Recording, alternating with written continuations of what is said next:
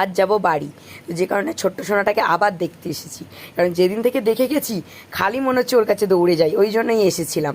আর এদিকে বাড়ি আসার পর আমাদের পাপাটাকে ওর দিদুন চান করাতে বসেছে। ওর দিদুনের তো বড্ড মন খারাপ, আজকে তার দাদুভাই বাড়ি থেকে চলে যাবে।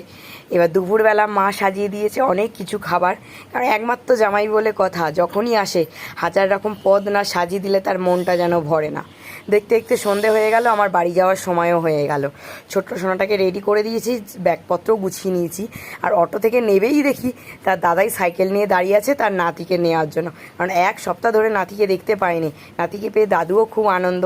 এবার তারপরে দাদুর কাছে নাতিকে রেখে আমরা চলে এসেছি একটু বাজারে। বাজার দোকান সেরে যখন ওপর ঘরে এসেছি, এসে দেখি আর ওপর ঘরে পাখাটা চলছে না, পাখাটা বন্ধ হয়ে পড়ে আছে। বড়মশাই সেটাকেই সারিয়ে ফেললো। আর সারা দিনের ক্লান্তির পর রাত্রিরে বড়মশাইয়ের হাতের একটুখানি এইরকমভাবে মাসাজ, আর কি চাই জীবনে। যাই হোক।